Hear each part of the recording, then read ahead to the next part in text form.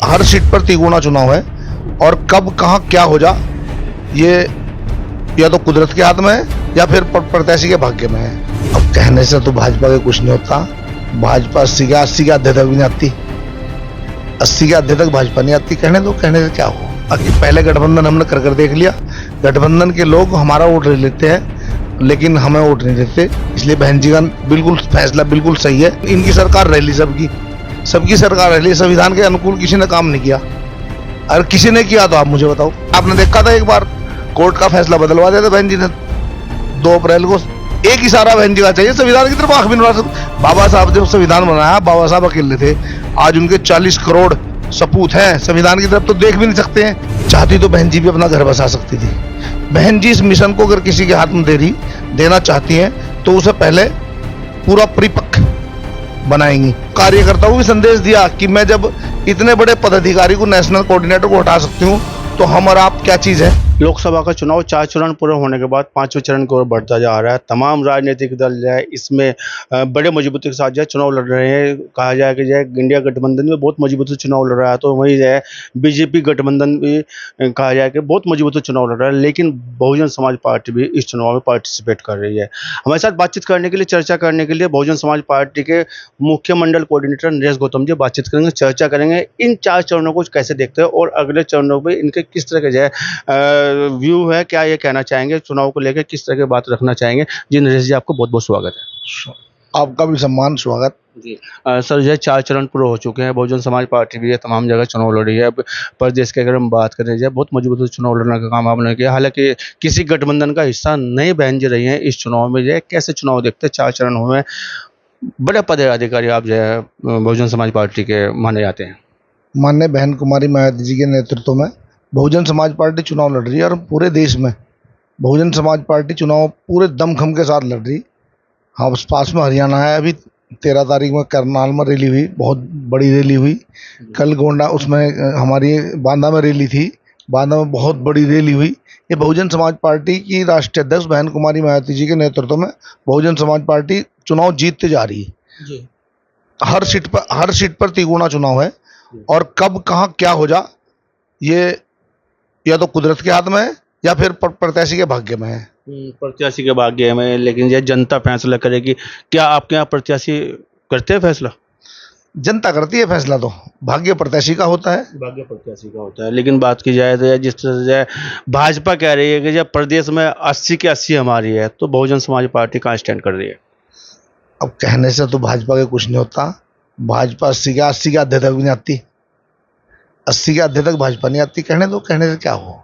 तो बसपा की बात करें तो बहुजन समाज पार्टी अब मतलब आप देखोगे कि पहले से डबल सीटें हमारी आएंगी। 20, उससे भी ज्यादा हो सकती हैं। 80 तो नहीं बोले? नहीं, मैं क्यों बोल लूं 80, लेकिन पहले से डबल और उससे भी ज्यादा हो सकती है। कासा का गठबंधन का हिस्सा होते तो ये तो माननीय बहन जी का फैसला है। हम पहले गठबंधन हमने कर देख लिया।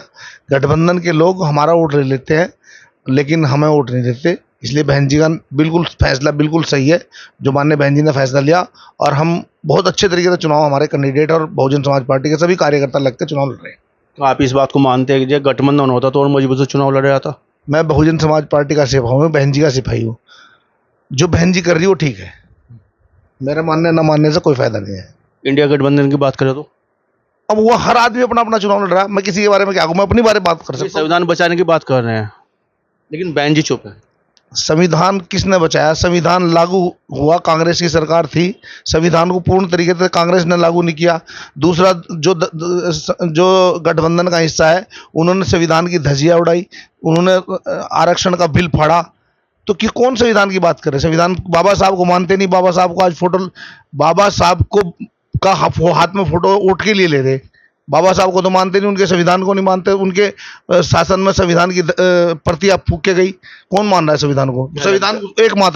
संविधान को एकमात्र बहुजन समाज पार्टी की राष्ट्रीय अध्यक्ष बहन कुमारी मायावती जी मानती हैं और संविधान के हिसाब से बहन जी चलती है। जिस प्रकार से गठबंधन, इंडिया गठबंधन जो संविधान को हाथ में लेके जाए, संविधान बचाओ, क्या इसका दलितों पे माकूल असर पड़ना जा रहा है या पड़ रहा है चुनाव में?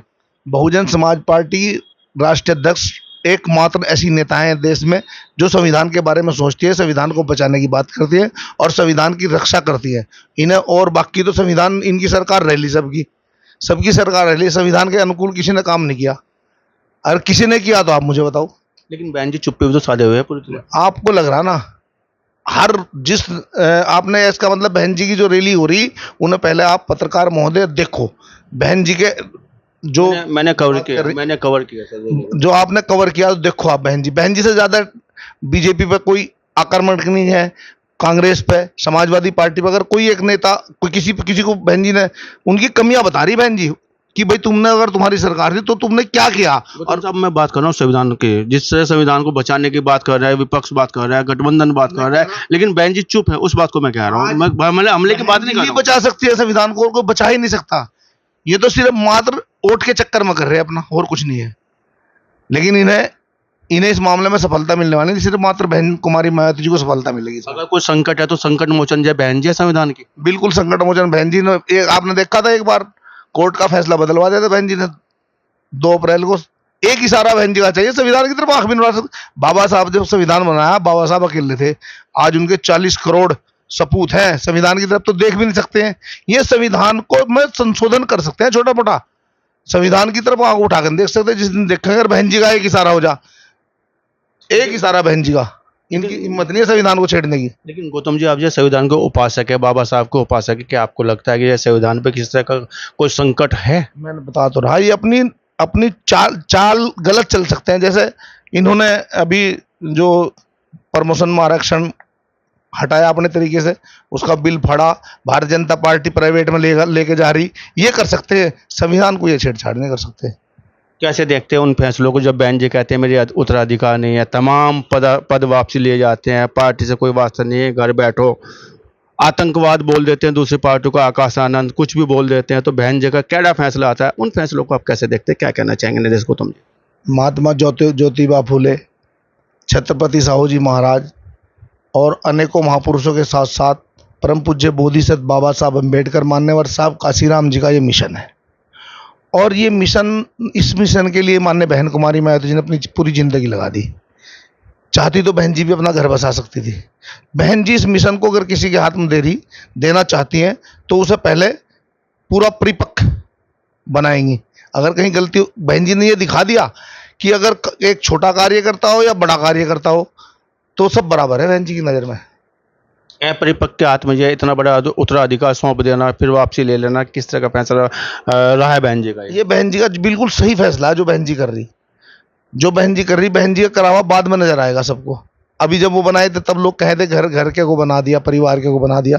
अब वही लोग कह रहे कि उन्हें हटा दिया, तो कहीं ना कहीं जनता अपना स्टैंड है। लेकिन बहन जी का स्टैंड एक है। बहन जी उसी कार्यकर्ता जो एक सेक्टर बूथ का अध्यक्ष है। यहाँ पर अगर किसी विधानसभा के अध्यक्ष को या किसी भी पदाधिकारी, कोऑर्डिनेटर हो कोई या विधायक हो कोई, अगर उसे हटा दिया तो 1 मिनट में फैल जा, 1 मिनट में बहन जी के खिलाफ बोलना शुरू कर दे, पार्टी के खिलाफ बोलना शुरू कर दे। समझ गया आप? बहन जो कार्यकर्ता को भी संदेश दिया कि मैं जब इतने बड़े पदाधिकारी को, नेशनल कोऑर्डिनेटर को हटा सकती हूँ तो हम और आप क्या चीज़ है। तो इसलिए अनुशासन जरूरी है। बहन जी के लिए अनुशासन जरूरी है, अनुशासन की बात है।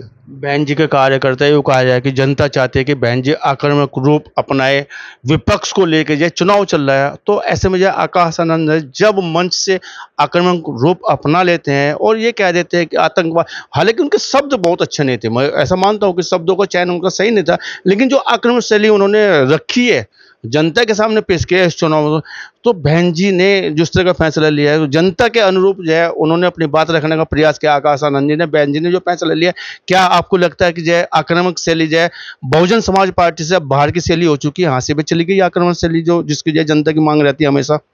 जो बहन जी ने किया वो ठीक किया। जो बहन जी कर बात शैली करती हूँ, मैं बताता रहा, जो बहन जी कर रही है वो ठीक कर रही है।